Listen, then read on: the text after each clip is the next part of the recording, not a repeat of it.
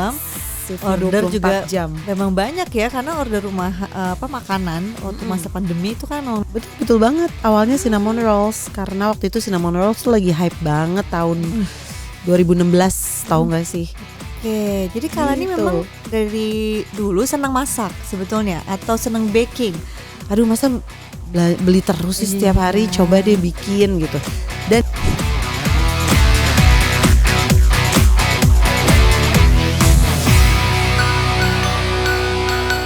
Halo Sobat LPS, kembali lagi bersama saya Anggia dari Humas LPS. Apa kabar? Wah, lihat dong di meja aku rame banget.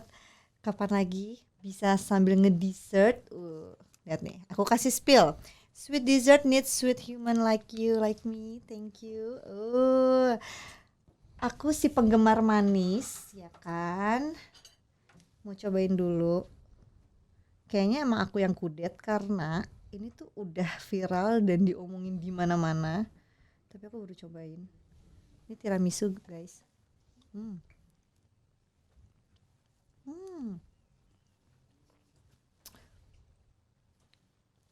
Ini coklatnya premium banget, guys, sumpah. Enak banget.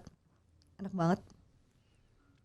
Terus aftertaste-nya tuh juga nggak mahteh. Enak banget lagi. Kita udah mulai bisa nggak sih kenalin siapa yang punya UMKM ini? Enak banget. Kalian coba ya. Enak banget sumpah. Ini gimana ya? Mau podcast dulu apa makan dulu? Enak banget. Tapi akan aku sisakan satu kotak ini, setengah buat anakku, setengah buat aku, dan sisanya pokoknya buat aku. Dan aku punya banyak lagi rasa-rasa yang lain.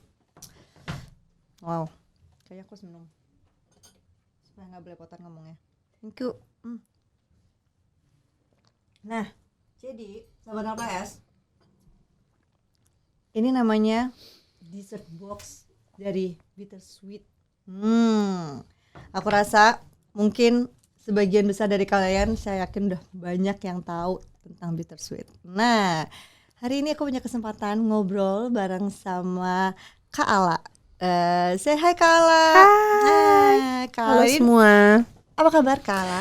Baik, alhamdulillah. Aku mau memperkenalkan diri Kak Ala dulu. Nama lengkapnya adalah Nazla Bishir. Betul. Nama famousnya, nama panggungnya adalah Kak Ala. Oke. Kak Ala ini adalah seorang ibu, seorang istri yang luar biasa, memulai bisnis Bittersweet dari rumah. Betul. Jadi ini adalah usaha rumahan awalnya, betul ya Kak ya? Betul. Nah, terus sekarang sudah mulai merambah ke berbagai macam merchant. Udah berapa Kak? Ceritain dong. Awal bisnis ini udah berapa sekarang merchantnya? Outletnya. Oke. Outlet kita tuh sekarang udah 22, Mbak. 22, Masya Allah. Alhamdulillah. 22 itu di mana aja? Aku tuh dari Jakarta, Bogor, Depok, Bekasi, Surabaya, udah yang paling jauh sampai Bali. Wow, luar biasa ya. Alhamdulillah. Jadi gak nyangka seorang ibu terus bermula katanya seneng bikinin home cookies buat anak-anaknya. Terus kemudian merambah ke punya rasa pengen cobain bisnis gitu ya. Terus bisa merambah strategi marketingnya ini luar biasa nih. Pertamanya bahkan katanya berjualnya cinnamon roll ya. Betul. Ya, Kak? Betul banget. Awalnya cinnamon rolls, karena waktu itu cinnamon rolls tuh lagi hype banget tahun 2016, tahu nggak sih? Ada outletnya di Plaza Senayan waktu itu. Oke, salah satu outlet cinnamon yang lumayan terkenal ya. Iya, sampai sekarang. Dari situ tuh aku kayak mikir, aduh masa beli terus sih setiap hari, coba deh bikin gitu. Dan juga sebetulnya keadaan ekonomi keluarga kecil kami saat itu lagi nggak terlalu baik-baik aja. Jadi kayaknya aku tuh harus ngebantu suami aku dengan skill yang aku punya. Oke, jadi kalian ini memang dari dulu senang masak sebetulnya atau senang baking? Aku tuh senang baking. Aku tuh senang bikinnya tuh yang sweet sebetulnya. Tapi sebetulnya ini tuh udah didikan nenek aku dari dulu. Aku tuh dulu tinggal sama nenek aku. Nenek aku tuh dulu yang ngedidik aku kayak pokoknya perempuan tuh harus ada kebisa, istilahnya kalau kata orang Bogor. Aku tinggal di Bogor. Punya kemampuan sendiri untuk bisa punya skill gitu. Nenek aku tuh bilang gitu karena dia tuh walaupun tua, walaupun udah usianya waktu itu 70 tahun, 60 tahun tuh dia masih jualan, masih bisa punya power istilahnya terhadap anak-anaknya. Jadi tetap masih gimana ya, masih bisa masih aktif gitu ya, nggak bisa produktif, nggak pikun. Nah dia pengen cucu-cucu perempuannya juga seperti dia. Very nice. Kala enak banget dan ternyata alhamdulillah berkah sampai sekarang Kala udah punya hampir 20 outlet ya di luar Jabodetabek lagi, luar biasa banget.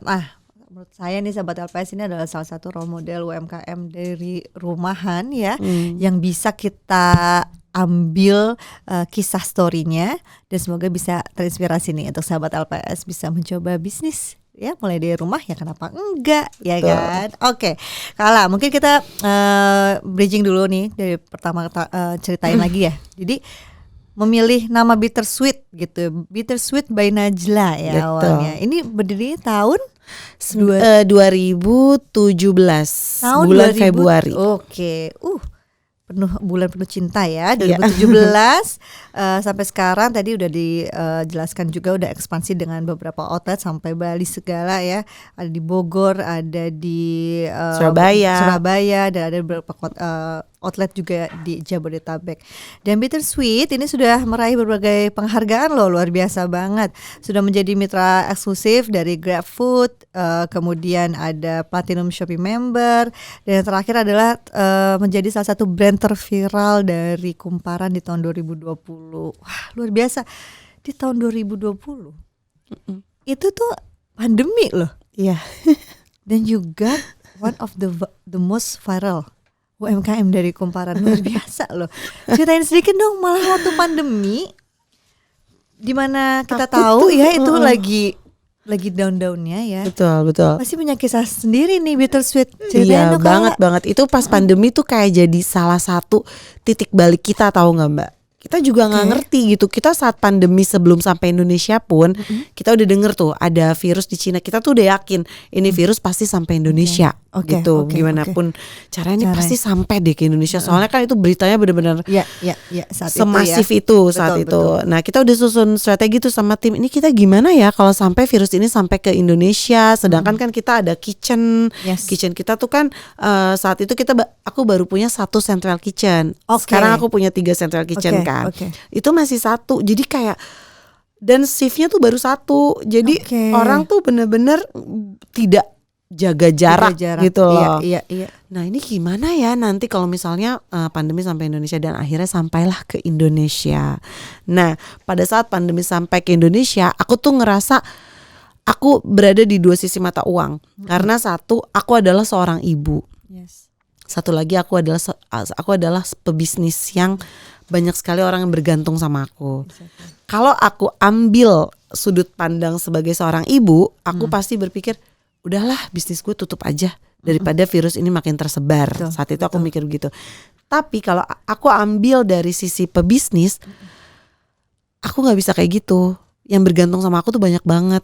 Pegawai aku, tim aku, bahkan ojek online yang suka ambil barang di tempat aku pun itu saat aku keluar dari kantor aja, keluar dari kitchen itu sampai ngomong kayak, Bu tolong Bu jangan tutup, soalnya yang lain nih tutup semua.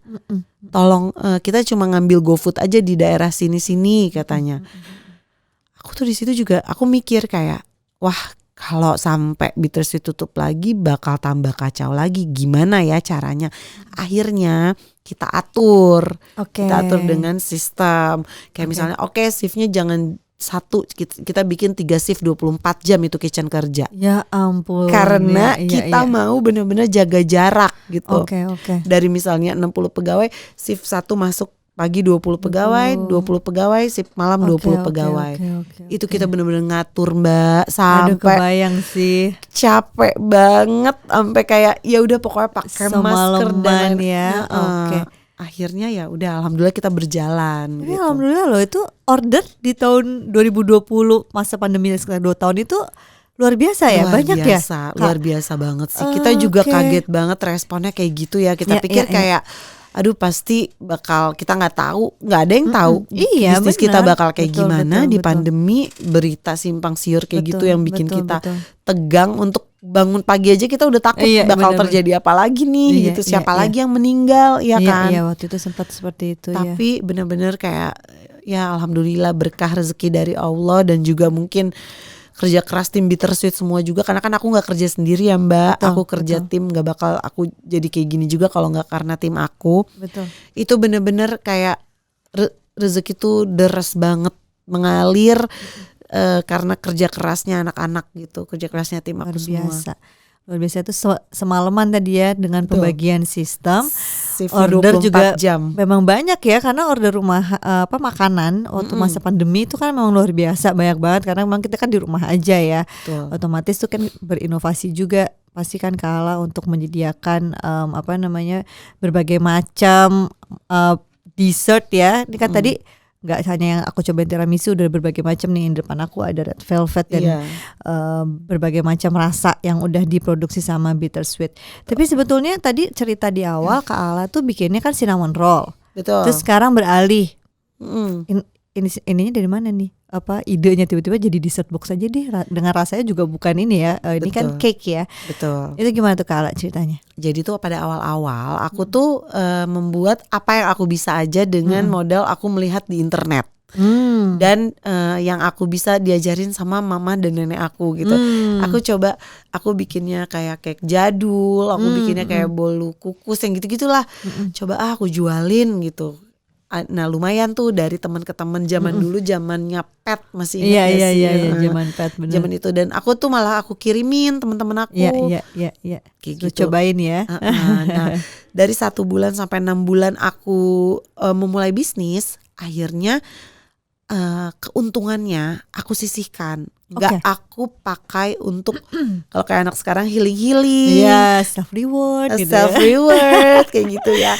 Jadi enggak. Jadi Iya. aku pakainya buat yang satu, aku beliin equipment kitchen. Oke. Buat biar kitchen aku barang-barangnya lebih proper dan memang bisa menampung pesanan banyak, karena itu kan gak murah ya Mbak saat Iya, itu iya, buat iya. aku gitu ya. Iya. Yang kedua, aku investasi leher ke atas. Akhirnya aku ambil oke. kelas dan course singkat chef yang memang bagus-bagus yang aku impikan, kayak di menarik. Malaysia dan Singapura. Oh, nice. Nah, pulang dari sana baru aku menciptakan si dessert box ini, karena di sana aku spesialisasi, aku belajarnya cake. Oke. Gitu. Jadi cake yang ambil course gitu ya. Betul. Wah, bagus banget, dan menurut aku ini packaging yang oke banget. Rather than maksudnya inovasinya tuh bagus, ditaruh dalam box, bisa dibawa kemana aja, terus sangat higienis juga ya kan. Instead of dengan mungkin kue-kue yang zaman dari dulu kan nggak ada boxnya gitu ya kan ya. Itu Kala sebetulnya mau tahu nggak kenapa? Kenapa Aku sih taruhnya di box. ada story-nya nih pasti. Ada. Makanya dan dulu kan juga jarang ada yang masukin ke dalam box kan Kala. Betul banget. Aku Gimana juga tuh? belajarnya di luar tuh whole cake. Oh iya kan, yang whole cake Whole yang cake, iya kayak betul. kue ulang tahun gitu ya kan Betul. Kak. Nah terus gimana nih tiba-tiba kepikiran bikin di Aku dalam kan nggak box? punya modal untuk bikin cake shop saat itu. Oke. Oke. Aku harus taruh di mana whole cake. Iya, Aku betul, kalau betul. misalnya aku jualnya whole cake, pertama Iya. itu. Kedua, bisa aja sih si whole cake itu aku kirim Iya. slice, tapi apa nggak leleh di Iya, jalan benar, gitu kan. benar. Nah akhirnya dari situ aku kepikiran tuh. Oke. Kayak aku mikir, otak aku mikir gimana ya caranya aku jualin cake aku ini tapi aman gitu dikirim, karena pasar aku pasti menggunakan ojek online. Iya, Karena aku belum punya modal untuk membuat cake shop. Oke. Modal aku sangat terbatas saat itu. Oke. Nah akhirnya aku lagi lihat Tupperware ompreng anak aku, tahu nggak Oh sih? iya. Pokoknya Tupperware nggak boleh hilang itu kan. Iya. Kak. Nah itu aku lagi mikir kayak kalau misalnya cake-nya ditaruh di kotak seperti ini gimana ya? Aku pikir. Akhirnya aku coba, aku ke dapur, aku susun kayak gitu. Tapi lucu juga ya, aku bilang. Coba aku beli masukin ke toples aja. Iya, Aku iya. bilang kayak gitu. Akhirnya aku coba masukin ke satu toples kayak gini, aku jualnya pertama durian dessert box. Wah, rasa durian. Iya, akhirnya aku bilang gitu. ini dessert, namanya dessert box aja deh karena dessert di dalam box. Oke. Nah, yang pertama aku bikin durian. Aku coba open PO tuh di Instagram. Instagram aku aja tuh paling baru 200 orang yang nge-follow gitu.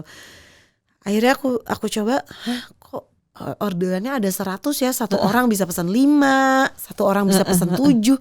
Aku kaget. Kayak wah, ini kayaknya menjanjikan deh karena satu kali open PO aja aku bisa dapat uang sekitar 7 juta. Wah, saat itu 2017. Biasa. Wow. Nah, itu aku kaget banget kan. Rasa durian, malah pertama kali itu rasa durian. Indonesia kan emang senang banget sama durian kan, dan jarang ada cake rasa durian yang ada di dalam sweet kayak gini, jarang loh Kak Ala. Betul banget. Jadi ada unique sellingnya tuh ada gitu yang bikin orang pengen nyoba dan pengen beli. Setelah aku research kayaknya begitu. Jadi unique sellingnya itu ada dessert di dalam box, dan rasa varian yang pertama yang dijual udah durian. Sahabat Albas nih bener banget. Jadi dalam suatu bisnis kita emang harus research dulu ya, kira-kira apa sih yang membedakan gitu ya Kala ya. Betul. Wow, very nice. Karena menurut aku tuh researchnya karena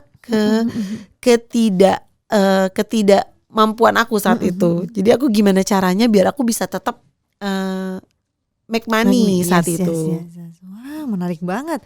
Oke. Udah Raniwal hampir berarti sekarang 8 tahun ya. 7 ya. 7 mau 8 tahun ya.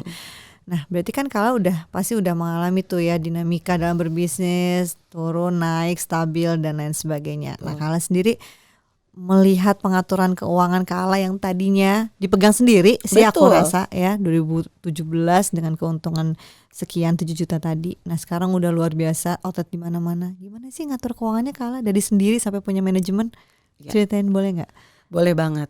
Jadi pada awalnya tuh aku ya namanya ibu rumah tangga ya, saat itu juga aku habis melahirkan anak ketiga, segala macam kebutuhan kan banyak sekali ya Mbak ya. Nah, aku memulai bisnis itu benar-benar dari modal yang ada di rumah, terus dari uang yang memang ada di tabungan. Aku batuk, maaf ya. Nggak apa-apa.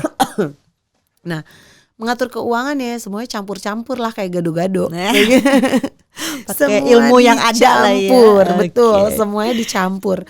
Ya buat beli susu anak misalnya dari situ. Nanti dikasih suami ya masukin ke situ. Buat jajan kita dari situ. Awalnya seperti itu. Nah, dari situ aku ngerasa kayak kok ini kayaknya nggak rapih ya. Bisa sih beli equipment kitchen, bisa sih ngambil kelas dan lainnya, tapi kok kayaknya nggak terdata dengan jelas. Ini uang keluar ke sini, nanti pokoknya carut marut banget deh gitu. Jadi, nah dari situ aku mikir, dari situ aku belajar. Istilahnya aku tuh mau untuk tahu gitu kayak gimana sih caranya. Pertama paling aku lihat-lihat internet gitu. Oh, harus dipisah antara uang yang dari penghasilan bisnis dengan uang pribadi kita. Dari situ mulai aku pisah. Oh, ada lagi nih. Oh ya, di bisnis tuh pasti ada pengeluarannya, pengeluaran harian. Bisnisnya kan udah running saat itu, masih di rumah memang tapi sudah running. Tapi kan ada pengeluaran, ada petty cash namanya. Kita harus siapin untuk si petty cashnya itu untuk setiap hari pengeluaran kecilnya dan lain-lain. Dari situ aku mulai belajar gitu. Oke, itu berapa tahun tuh Kala megang sendiri sampai akhirnya punya manajemen untuk Raniwal sampai sekarang lah? Aku tuh pegang sendiri sampai 2018 akhir, sampai dari pas aku punya satu central kitchen. Oh, nice. Setelah itu baru aku ada finance dan akuntan aku. Untuk mulai hiring, membantu aku. Oke, tapi semuanya under supervisinya Kala ya, untuk pengaturan dan pos-posnya itu Kala yang ngelit gitu ya. Betul banget, masih directly ke aku saat itu. Karena aku waktu itu ngambil bukan yang udah expert banget gitu loh Mbak, karena bisnisnya kan juga masih baru merintis dan baru lagi berjalan gitu. Jadi aku ambil anak-anak D3 kayak gitu buat ngatur sistem keuangan dan kita beli sistem keuangan online. Kan sekarang banyak sekali ya. Betul dan bisa dipergunakan loh. Betul sekali. Nah, dari pengalaman Kala sendiri, tantangan terbesarnya apa Kala dalam bisnis F&B ya, apalagi rumahan yang awalnya itu mengatur keuangannya tadi kan Kala bilang sempat kesulitan tuh. Segala semua pemasukan rumah tangga juga dimasukin ke situ ya kan. Selain itu ada lagi nggak tantangan terbesar dalam pengelolaan keuangan untuk F&B ini? F&B tuh kalau dibilang F&B tuh bisnis yang paling rumit Mbak. Karena semua perintilannya tuh kecil-kecil. Semua perintilannya tuh ada. Oke. Dibanding bisnis lain, aku ngobrol sama teman aku, bisnis lain mereka cuma butuh gudang, butuh ini, butuh itu. Kalau kita tuh butuh central kitchen, butuh gudang bahan baku, butuh gudang bahan jadi, butuh outlet buat jualan dan lain-lain. Kayak perintilannya super ribet. Dan kata orang kalau udah berhasil di dunia F&B biasanya kalau mau bisnis yang lain tuh lebih mudah. Kayak gitu. Karena udah yang melewati yang paling berat sebenarnya. Sebetulnya. Oke. Nah, tantangan aku tuh banyak banget apalagi dalam segi keuangan ya. Dari mulai cash flow perusahaan. Kita benar-benar harus bisa forecast bahan baku tuh yang benar. Karena pernah kejadian nih Mbak di Bittersweet. Ada satu kesalahan besar banget purchasing aku. Itu kan benar-benar kita kalau salah milih tim tuh kayak bisa gagal total semuanya. Jadi aku punya produk namanya matcha. Kita tahu di Bittersweet itu yang laku adalah produk coklat. Bukan produk matcha. Produk matcha adalah produk pendamping. Kita launching produk matcha itu aku bilang kita harus tim aku sih bilang kita harus pesan stiker untuk matcha. Dia pesan berapa coba? Banyak nih. 500.000 piece. Waduh. Gila nggak? Udah banyak kan tapi belum ini ya, belum di trial. Nah itu dia kalau misalnya memang nggak terukur, sesuatu yang nggak terukur yang pernah terjadi di perusahaan itu pasti cash flow-nya pasti kacau. Nah itu tantangan-tantangan seperti itu yang memang pernah terjadi di perusahaan kita sih Mbak gitu. Akhirnya saat itu memang waktu program ini launching dan kemudian mungkin memang lebih disukain sama yang rasa coklat gitu ya. Akhirnya menjadi waste. Oh, very nice. Jadi memang benar-benar Kala tuh terlibat banget semua the whole proses ya dari R&D-nya, purchasing ya. Semuanya sebetulnya aku tuh nggak handle purchasing, nggak handle finance, nggak handle apa. Aku tuh lebih spesifik aku di sekarang ya. Kalau dulu iya.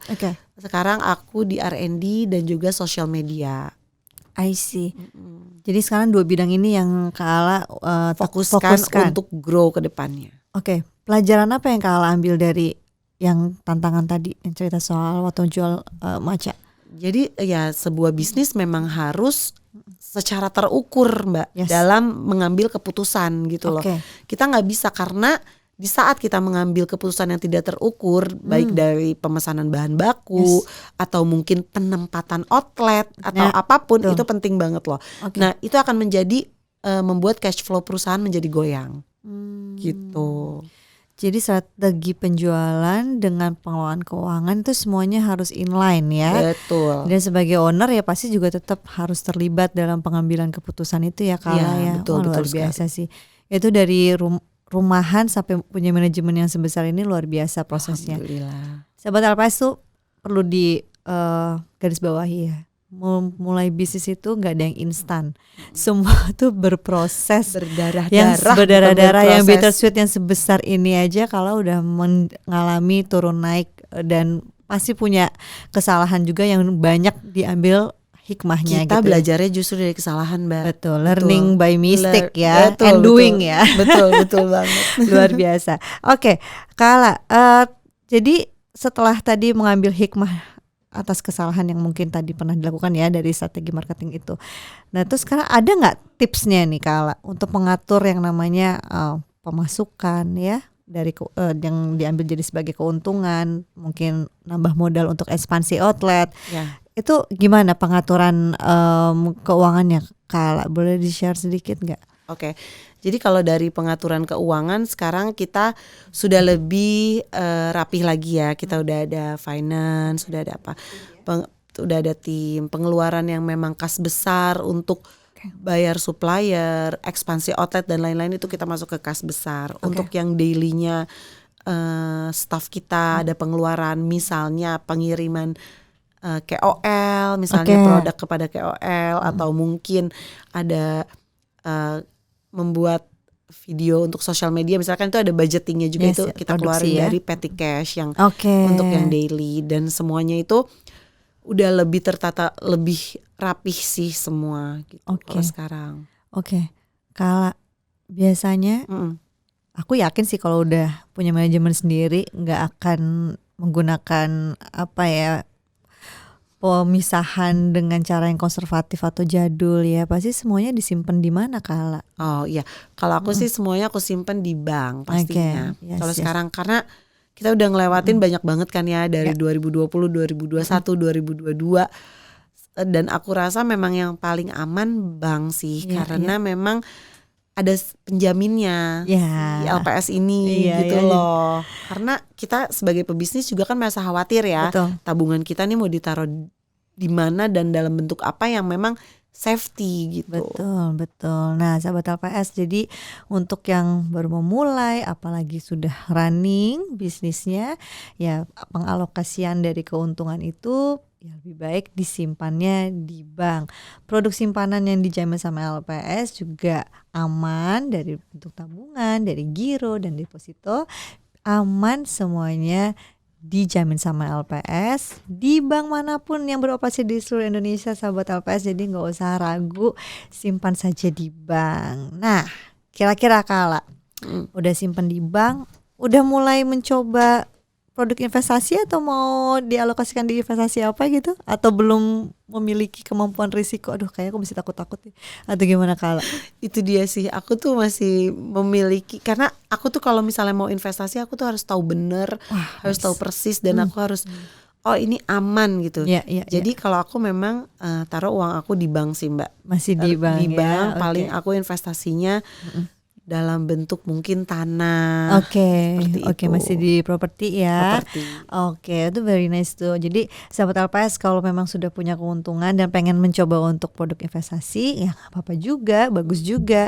Asal jangan lupa ya, pelajari risikonya, pelajari kemampuan bisnis kalian juga. Nah, bagi yang mungkin saat ini baru mau belajar investasi, nggak usah khawatir, coba aja dulu dengan produk simpanan yang ada di dalam bank yang dijamin sama LPS. Jangan lupa ya, penuhi persyaratan dari penjaminan LPS yang 3T itu.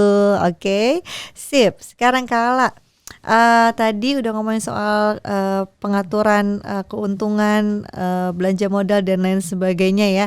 Jadi bisnis budgeting itu sangat Kala terapkan ya di Bittersweet ini ya. Banget karena belajar dari pengalaman Mbak. Kalau nggak ada budgeting dan juga nggak terukur dan kita nggak membuat goals kita, itu semuanya bakal berjalannya tuh berantakan dan juga lamban. Jadi benar-benar kita harus ada budgeting yang jelas gitu. Misalnya nih kita di Desember nih kita udah mau ngatur budgeting, goals dan lain-lain untuk 2024 seperti itu.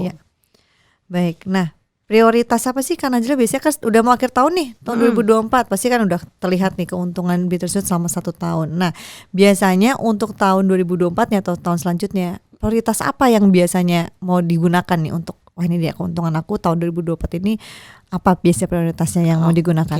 Kalau untuk di tahun ini prioritas utama adalah untuk ekspansi bisnis aku. Gitu. Outlet baru lagi nih kayaknya nih. Tapi kita justru brand baru kalau sekarang rencana kita.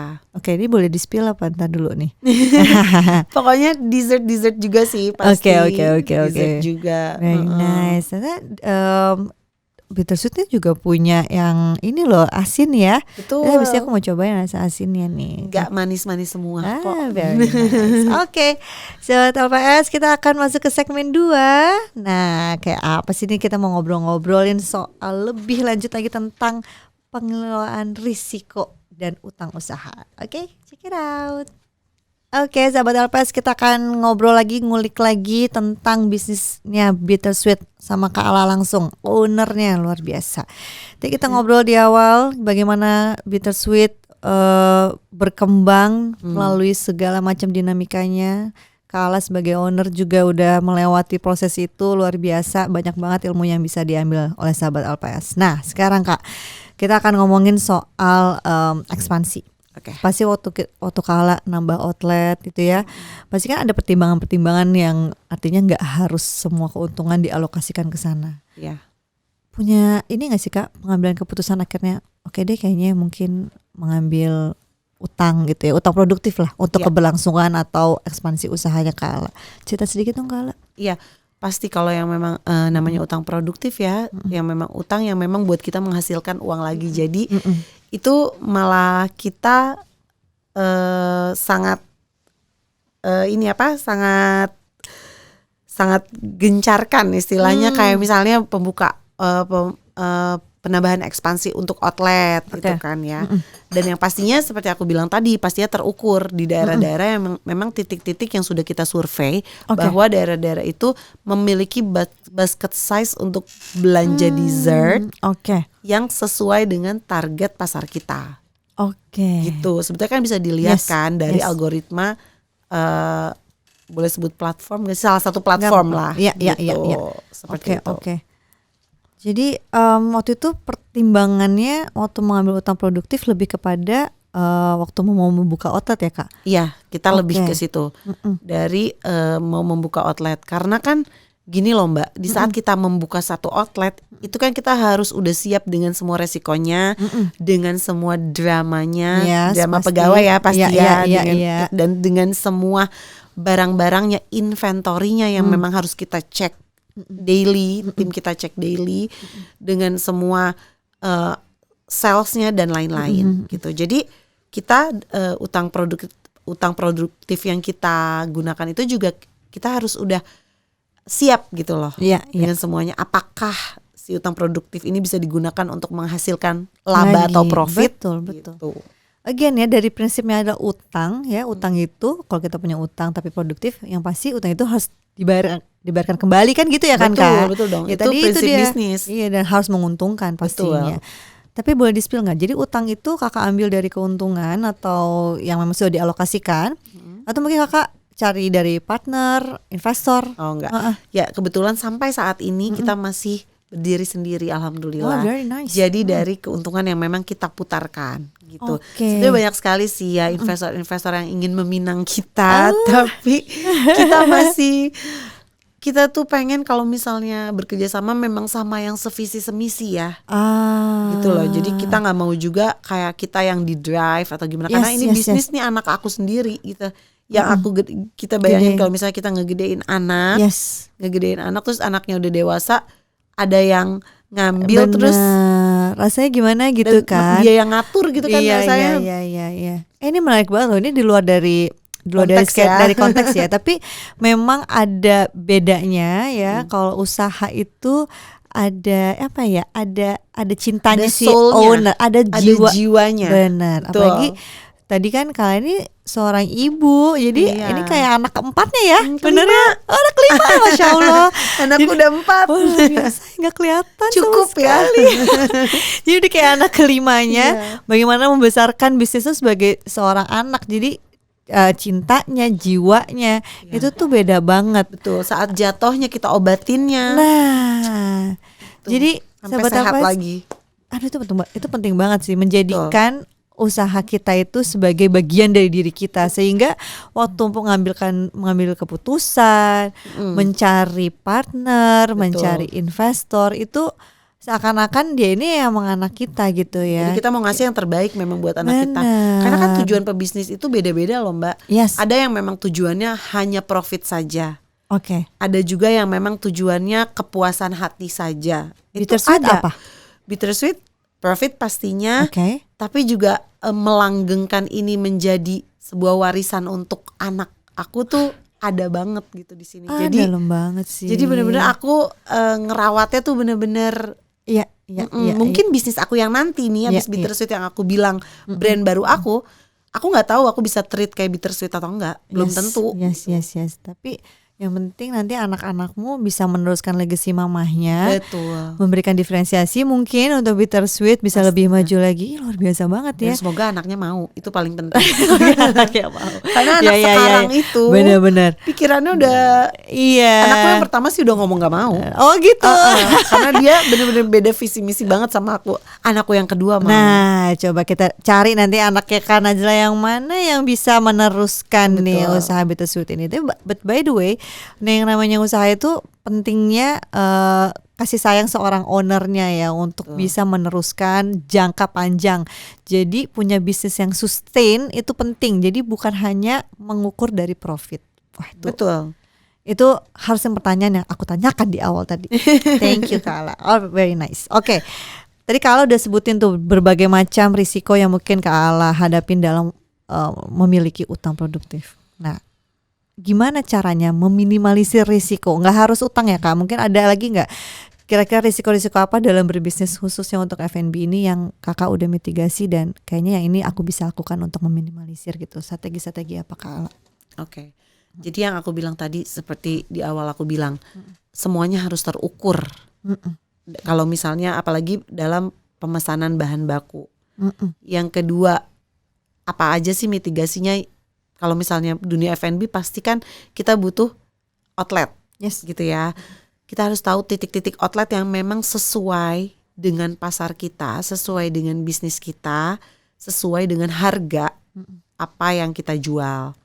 Terus juga yang ketiga misalnya kitchen kita, central kitchen kita harus taruh orang-orang yang memang pas di kitchen kita. Misalnya bakersnya tuh yang memang sesuai dengan bidang yang kita geluti gitu, seperti itu.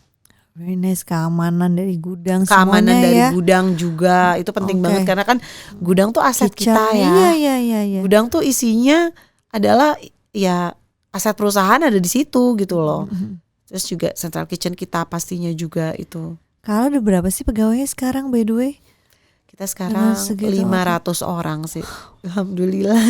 Masya Allah. Alhamdulillah. Suksesnya kayak Alhamdulillah. hebat banget loh bisa. Ya sukses plus banyak sekali yang bergantung sama kita. Jadi kan itu kita dia. harus inovasi, harus betul. terus berjalan, bergerak apapun yang terjadi. Karena nggak cuma buat aku loh, ini udah nggak cuma buat aku, Bener, ini udah banyak, buat banyak sekali orang, banyak sekali keluarga, banyak sekali anak yang sekolah, banyak baby yang butuh susu dan butuh pampers di situ, banyak yang ibunya lagi sakit. Jadi aku saat aku lagi down, memang aku selalu kayak ini nggak boleh nih kayak gini, ayo bangunlah gitu. Iya. Penting banget seorang owner bisnis nih yang punya visioner kayak Kak Ala ya. Jadi supaya bisa jadi pecutan juga ya di kala mungkin ya namanya juga bisnis ya Kak, nggak ada yang terus naik. Pasti ada saatnya minimal stabil lah gitu ya gitu untuk bisa mencut diri sendiri bahwa banyak orang nih yang bergantung sama Kak Ala ya. Luar biasa banget Kak Ala. Oke, Kak Ala, aku akan nanya dari follower kita. Boleh. Terlewat tadi ya. Oke, ini sahabat LPS, kemarin kita sempat mention podcast ini di IG Story dan ada yang nanya nih di berbagai macam, banyak banget, hampir puluhan yang nanya ke IG kita. Kita pilih 3 pertanyaan terbaik nih ya. Pertanyaan pertama dari Nurudin Fat. Nah, Kak Ala, wah bagus banget pertanyaan ini. Tips dan pemikiran apa yang Kak Ala punya supaya Bittersweet tetap eksis di tengah brand-brand baru yang mungkin serupa yang muncul sekarang ini? Oke.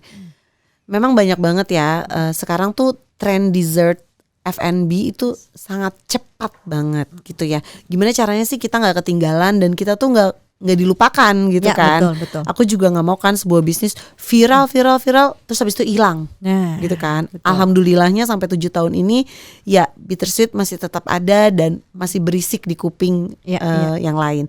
Kalau menurut aku caranya adalah yang pertama adalah inovasi.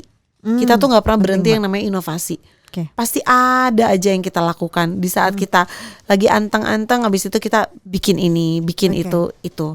Yang kedua nih yang benar-benar menurut aku works banget adalah kolaborasi gitu ya, karena kayaknya kita nih udah nggak bisa loh jalan sendiri-sendiri dan selalu ngerasa orang lain adalah saingan kita. Brand lain ada saingan kita, misalnya ada brand ini, aduh kayaknya kita kompetitoran deh atau apa. Kayak udah nggak kayak gitu ya zamannya ya. Sekarang tuh ya kita harus berkolaborasi. Kayak Bittersweet aja nih dalam waktu dekat bakal berkolaborasi dengan brand skincare. Oh nice. Yang memang kayaknya kan gak masuk di akal ya, kayak kok ada skincare aku sih. juga wondering nih. Oh iya. Salah Itu satu brand skincare Gen Z yang hype banget juga. Wow, out of the box loh dia. Bitter Gitu. sweet, maksudnya apa, kue gitu ya, cake tapi dengan skincare. Wah, menarik. Betul. Kita tunggu ya nanti Kak. Siap. Kirimannya apakah itu? Oke. Selain itu mungkin ada lagi Kala tipsnya? Kalau dari aku sih untuk saat ini kolaborasi, terus juga harus persisten gitu ya, kuat dengan guncangan yang ada. Karena gini loh, kita bisnis di sosial media itu gampang sekali naikin, gampang sekali juga menjatuhkan. Yes, betul. Jadi caranya gimana kita tetap bisa memaintain bisnis kita dengan baik, dengan menjaga semua aspek tersebut gitu sih. Very nice, benar banget ya. Sahabat LPS, yang paling penting adalah tetap berinovasi dalam berbisnis gitu ya. Nggak usah ngerasa mandek. Banyak banget sekarang akses informasi, banyak juga terbuka atas banyak perubahan, yang itu yang bikin kalian bisa tetap berinovasi dan berkreasi ya, berkreatif juga. Apalagi zaman sekarang Mbak, semuanya tuh dimudahkan banget loh dibanding zaman aku dulu. Bener banget. Semua udah ada sistem, udah ada aplikasi ini, aplikasi itu. Kalau asal mau belajar mah, lancar eager kok. to learn ya, itu bagus banget. Harus banyak belajar. Oke. Nah, kalau ada pertanyaan lagi kedua, mungkin aku langsung aja ya teman-teman ya. Dari @mama_kia245. Kala, berapa pentingnya, kenapa pentingnya atau berapa persen dana darurat yang perlu dipersiapkan khususnya bagi kita seorang pebisnis? Bagus nih, dana darurat Kak, pasti harus punya dong kalau dana darurat kita tuh sebetulnya gini ya. Aku tuh kalau misalnya dari keuntungan dividen yang aku dapat setiap tahunnya, aku tuh pasti sisihkan dana daruratnya itu sekitar 50%. Wow, 50%. besar loh tuh Kak. Selalu. Karena kita nggak tahu kan apa yang terjadi atau apa. Pokoknya itu dana kita alokasikan biar anteng, nggak diapa-apain. Apa barangkali ada sesuatu yang terjadi, kita bisa menggunakan dana tersebut. 50% lagi dipakai untuk ekspansi. Wow, seperti itu. Luar biasa. Punya bisnisnya berkembang terus. Tapi ada juga sisi safety yang ada gitu. Iya. Wah, luar biasa loh. Dan aku nggak nyangka ternyata untuk bisnis F&B ya ini semuanya keputusan owner bisnis ya. Tapi mengalokasikan hampir setengah loh. 50% itu dana darurat. Karena kan kita bermainnya dengan produk-produk yang memang gampang basi. Produk-produk yang shelf life-nya itu pendek, benar. Dan tingkat waste-nya itu banyak di kitchen. Ada pelajaran baru juga nih buat aku ya, khususnya untuk sahabat LPS. Very nice. Wah, Kak, ini menarik nih. Nah, mungkin langsung juga dari pertanyaan yang terakhir dari Rizka.Martavia. Kala, adakah tips untuk Gen Z dan milenial yang selalu takut untuk mencoba bisnis karena udah takut gagal duluan? Wah, nih Kala nih yang mau takut dengan persistensinya harus menjawab. Berikan motivasi Kak. Iya. Untuk Gen Z dan milenial, aku masih termasuk milenial ya. Nah, untuk si Gen Z ini aku nggak bakal bully kok. Karena aku udah lihat tidak antipati di sosmed kalian dibully sekali ya. Tenang. Tim aku banyak sekali yang Gen Z gitu. Nah, memang Gen Z ini tuh agak unik-unik manja gitu ya Mbak ya. Jadi mereka tuh pinter, mereka tuh punya ideation yang super bagus, tapi harus dipecut gitu loh. Jadi memang sebetulnya mereka tuh mereka tuh mampu, cuma daya tahannya tuh nggak kayak anak milenial, nggak kayak kita. Kalau kita kan dibesarkannya nggak sama sosial media, sama kehidupan nyata, gitu kan. Jadi kita tahu reality. Kehidupan tuh begini. Aku harus kayak gitu. Nah, kalau mereka memang berkacanya sama kehidupan yang memang ada di sosial media, yang memang kehidupan yang memang mereka impikan. Betul. Dan itu mereka kejar gitu. Jadi sebetulnya mereka tuh anak-anak hebat gitu loh. Mereka tuh anak-anak hebat, anak-anak yang ideationnya jauh mungkin di atas kita. Mereka lebih kritis. Jadi mau ngapain takut gitu. Nah, Mulai aja, jangan benar. takut jatuh, jangan takut gagal. Ya nggak apa-apa, jatuhnya gagalnya sekarang gitu. Iya, Nantinya benar. jadi udah lebih tahu gitu. Benar-benar. Apalagi nih generasi Z ini ya, banyak belajar dari Kak Ala deh. Kak Ala nih baru nyoba bikin bisnis Bittersweet waktu udah Umur nikah 29 tahun. dengan anak berapa Kak? 3. Anak 3. Bayangin gak tuh? Kalian ini lebih muda, Iyalah, nggak ada kata telat. gak ada kata telat. Jadi kenapa harus takut gagal? Coba aja dulu. Kalau belum yang ini, coba lagi bidang bisnis yang lain. Dan gak Betul. perlu ngerasa ini kayaknya bukan bidangku deh gitu. Ya dicoba dulu aja. Dicoba dengan riset yang pas, yang cocok. Dan gak perlu ngerasa gagal duluan, ya kan? Bener lah, jangan, nggak boleh lembek, harus semangat. Nah, harus strong bahwa kehidupan itu tidak seindah Di sosial media kok. Kalian harus berada di kehidupan nyata ya, anak-anak. Semangat Sobat LPS. Oke, kita akan masuk ke segmen yang terakhir. Sobat LPS, stay tune terus. Oke, Sobat LPS, di segmen terakhir ini gak kerasa aku udah hampir mungkin lebih dari 30 menit ngobrol sama Kak Ala. Dan luar biasanya kita akan banyak lagi mengulik tips-tips yang bisa kalian ambil faedahnya dan tentunya akan bisa menjadi inspirasi buat kalian. Oke, Kala, kira-kira sebagai owner, Kala punya impian apa melihat Bittersweet 5 tahun ke depan lah, jangka pendek ya. 5 tahun ke depan ya. Yang pertama adalah pastinya ekspansi outlet yang lebih mendekat kepada customer-customer kita. Oke. Yang kedua, Bittersweet ini jadi apa ya? Jadi salah satu brand dessert Indonesia yang bisa bersaing di kancah internasional. Pengennya gitu ya. Jadi kayak Iya dong. Mbak ke Malaysia atau ke Singapura gitu ada Udah ada Bittersweet, outletnya. ada dessertnya Indonesia nih gitu. Bangga Amin. sama lokal ya kan. Best. Itu sih goals aku gitu. Oke. Amin, semoga Amin. tercapai. Bittersweet menjadi salah satu produk lokal yang bisa bersaing di kancah internasional. Amin. Bisa terbuka outletnya di berbagai negara ya. Betul. Asia Tenggara insya Allah ya Kak. Amin. Semangat Kak. Oke, nah Kak, terakhir mungkin dari aku ya. Mulai dari rumahan sekarang sudah punya outlet. Pasti itu gak lepas dari keluarga yang mendukung, Betul. support system yang Kakak buat sendiri. Ceritain dong Kak, support system Kakak sampai akhirnya sebesar ini seperti apa? Jadi pada awalnya aku tuh membangun Bittersweet kan aku sendiri ya. Tapi dengan berjalannya waktu, berjalannya bisnis aku menjadi lebih besar, ternyata aku tuh sadar aku gak bisa sendirian gitu. Yes. Akhirnya aku gandeng tangan suami aku gitu ya. Aku minta ridonya gitu. Masya Allah. Minta ridonya.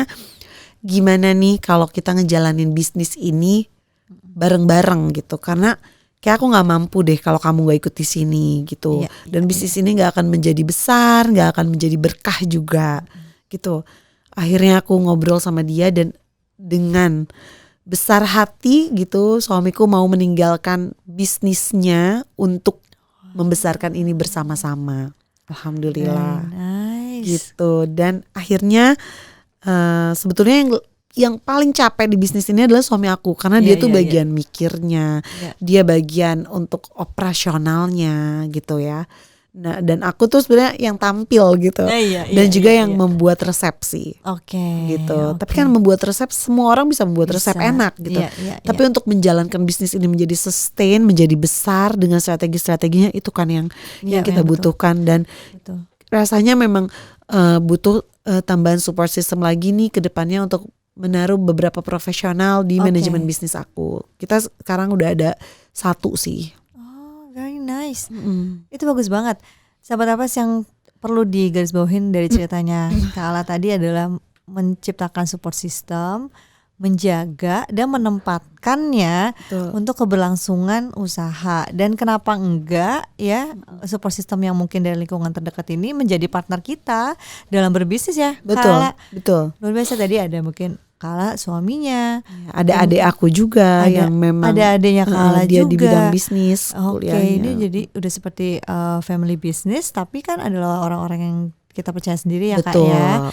Gitu. Dan luar biasanya Kala juga nggak menutup mindset bahwa ya udah yang penting orang dekat aja. Ternyata Kala juga udah bisa melihat bahwa ini perlu ada expert di Expert dalam dan manajemen profesional. ya untuk ekspansi mencapai impiannya Kala yang tadi 5 tahun Betul, ke depan. karena kalau orang deket tapi tidak kompeten juga, aku nggak bakal taruh. Even anakku, Mbak, kalau misalnya nanti dia ada di bisnis aku, tapi dia nggak kompeten, nggak bakal aku taruh di posisi-posisi strategis. Aku sudah komitmen sama suami aku. Nah, kenapa aku dan suami aku bisa ada di posisi sekarang? Karena kita mau belajar. Yes, Jadi kita bisa ada di posisi ini benar-benar kayak kita mau belajar, kita mau adaptasi dengan keadaan yang benar-benar sangat berubah-ubah. Iya. Dinamika perubahan itu Sangat akan cepat. terjadi Dan sangat cepat sekarang. sangat cepat, benar-benar. Kalau nggak ada komitmen dan passion untuk belajar, kayaknya sahabat LPS itu Bye sih, ketinggalan. Itu bakal ketinggalan. Betul. Ya. Jadi harus komit dan passionate buat ngerjain bisnis. Itu penting ya, Kala. Oke. Kala, thank you banget for your time. Aku seneng banget ngobrolin UMKM-nya Kala, luar biasa banget. Aku sangat impressed. Thank you so much for your Sama-sama, time. thank you juga LPS udah Thank ngajak aku you. di sini di LPS Aduh. Talk. Semoga lancar bisnisnya, tercapai cita-citanya 5 tahun ke depan. Amin. Aduh, best sahabat LPS, aku senang banget bisa mengundang Kala, dan semoga sahabat LPS juga banyak banget pelajaran yang bisa diambil dari Kala. Amin. Dan sekarang aku mau lanjut afternoon tea dengan Boleh dong. cake aku dan beberapa cake yang sudah mengantri di samping meja aku. We'll see you ya sahabat LPS. Bye.